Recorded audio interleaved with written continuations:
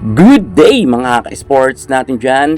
PVL Reinforced Conference Prelims Second Round nagsimula na kahapon matapos ngang manalo ng Creamline Cool Smashers kontra sa Next Led Chameleons. Eto naman ang mas nakakagulat. Signal HD Spikers pinatiklop nga ang Akari Chargers sa loob ng 4th set. Maraming nagulat ng mga netizen, akala kasi nila ay mahina ang signal. Pero eto, ang Akari na sinasabi nilang malakas ay mabilisan ngang napatiklop. Ngayon naman pag-uusapan natin kung bakit natalo ang Akari Chargers ng Signal HD Spikers. Sino-sino kaya ang mga players sa Akari Chargers na nagkulang? Bakit gayon na lamang sila ngayon kahina at mabilis nga silang napatiklop? Alamin ang buong detalye, pero bago lahat, kung bago ka sa aking channel, subscribe na, click ang ating notification bell para lagi kang updated sa lahat ng issue sa volleyball. Susunod na!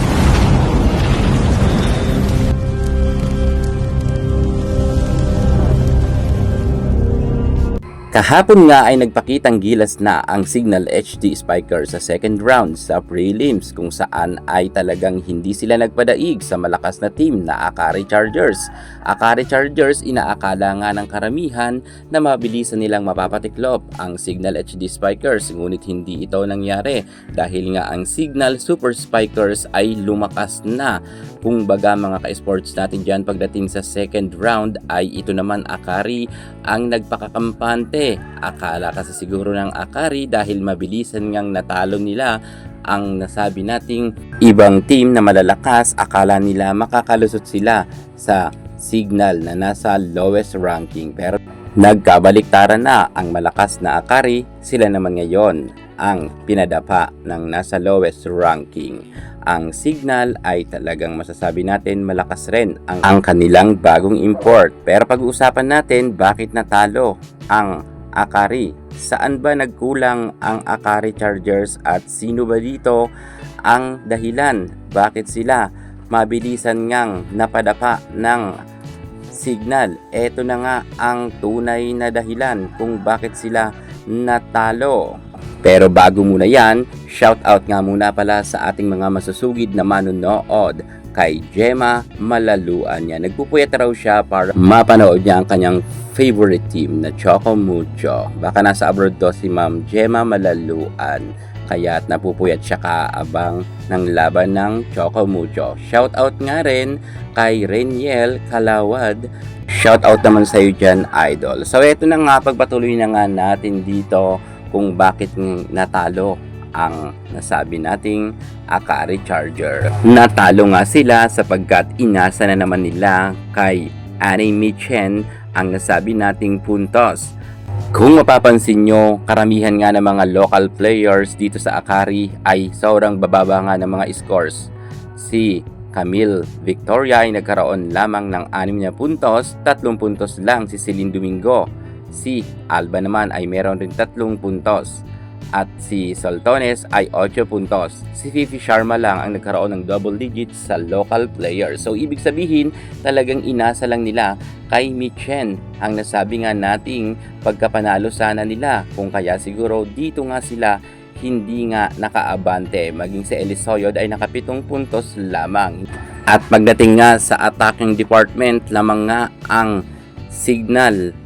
At pagdating sa blocking, tayo nga lang sila ng Akari. Pagdating sa aces ay mas maganda ang service ace nga ng Signal. 6 na puntos, 4 lang sa Akari. Partida pa yan ha, sobrang daming ang error ng Signal Super Spiker.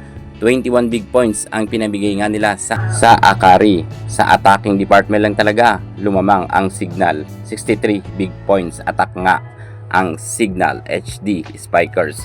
Diyan nga natalo ang Akari Chargers. Well, sa tingin ko talaga nagkulang ibang mga local players ng nasabi nating Akari kung kaya sila natalo. Inasa lang nila kay Michen. At dahil dyan ay hindi nga sila naka-survive pagdating sa kanilang laban kontra sa Signal. Siguro sa tingin ko nag-relax ang Akari at nagpakakampante. Akala kasi nila ay super duper hina ng Signal dahil nga sa prelims noon ay medyo bagsak talaga ang standing ng Signal HD Spikers. Pero ngayon, Super Spikers na sila at ginulat nga ang Akari.